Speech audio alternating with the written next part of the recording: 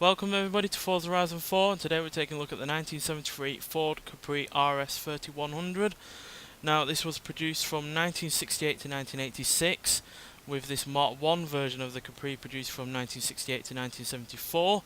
Mechanically it was based on the Cortina, and despite being a fastback coupe, Ford wanted it to be affordable for as many people as possible, and they achieved this by offering a wide variety of engines. There were at least 6 available in the UK, and even more across continental Europe and in terms of America. So it's had a wide ranging appeal purely because of the wider range of engines. Because obviously, if you had the small engine, you still got a really good looking coupe, but not quite as powerful. But then you could get the expensive versions like this that had far more powerful and far bigger engines. Now this RS3100 is the special edition of this Mark 1 Capri, as it has a 1-inch lower ride height, gold pinstriping, a ducktail rear spoiler, heavy duty springs with Bilstein gas dampers front and rear, a small front air dam and larger front ventilated disc brakes.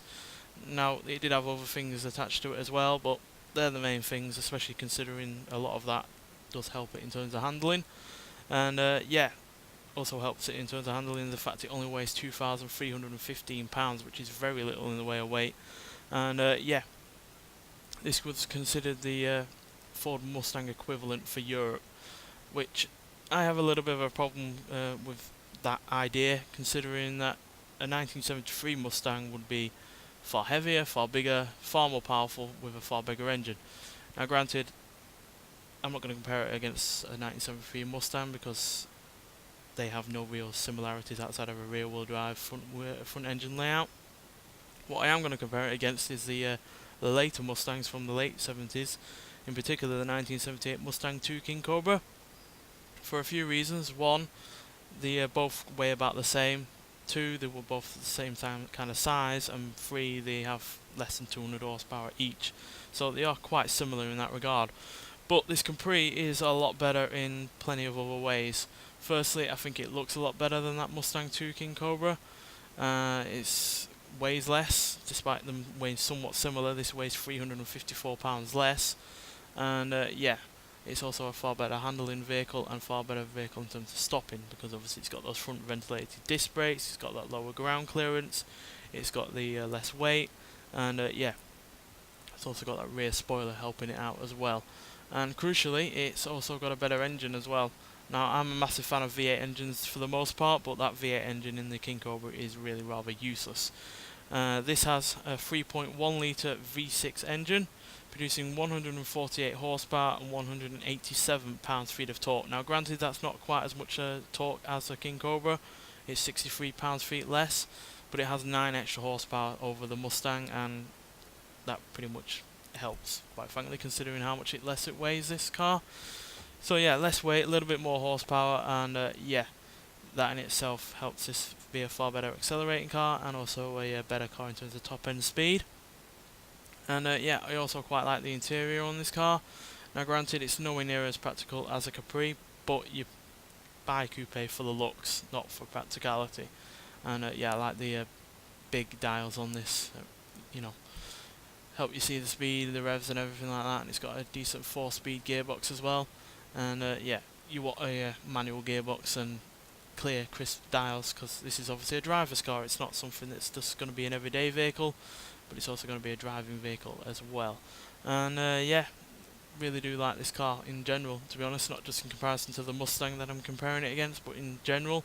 We don't have many British sports cars from the 70s, and certainly don't have many hard-top British sports cars, so really glad this is in the game in general. I know we've had it in previous Forza games, but it is still a nice car to have in any Forza game, quite frankly. But nonetheless, let's get out onto the open road and see what this car can do. So despite me generally liking V8s more for the sound and the torque and the general power, when we're comparing this against the King Cobra, this does have a far better sounding engine. It's also higher revving. It feels a little bit more responsive, and it doesn't feel quite as asthmatic as that V8 in the King Cobra. And because it is obviously lighter and has slightly more horsepower, this is far faster in terms of acceleration, can do 0 to 60 in 7.3 seconds, 0 to 100 in 20.8 seconds, and going to a top speed of 131 miles an hour. Whereas the King Cobra can only do 121 miles an hour, 0 to 60 in 8.9 seconds, and 0 to 100 in 28.2 seconds. So yeah, quite a large gap in terms of acceleration and top speed with this car in comparison to that Mustang, and yeah, it gets even worse for the Mustang because this car is far better in terms of handling as well. Stops better, doesn't roll around quite as much, and yeah, in terms of looks as well, it looks a lot better as well. Doesn't have tiny wheels and really rather ugly looking front going on as well.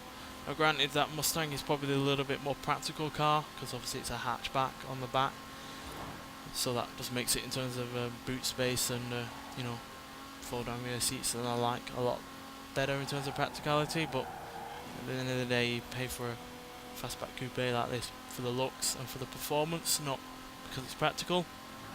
If you want that, go for the Cortina that this car is mechanically based on. But yeah, this is far better handling than the Mustang, and yeah, it just goes to show that Ford in Europe could do a lot better in the 70s than they could in America.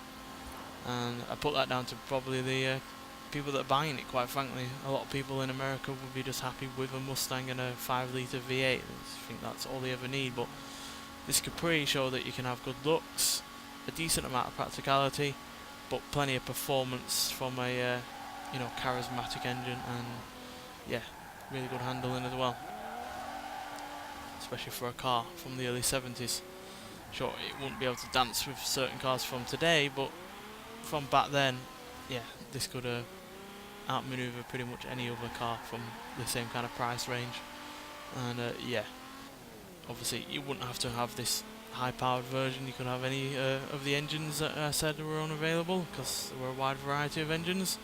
You could go from a 1.3 litre inline 4, you could have a V4 engine from the Transit on mainland Europe, and yeah, you could have a smaller V6 than this if you wished. But yeah, this was the top of the line version, and therefore quite frankly the best version.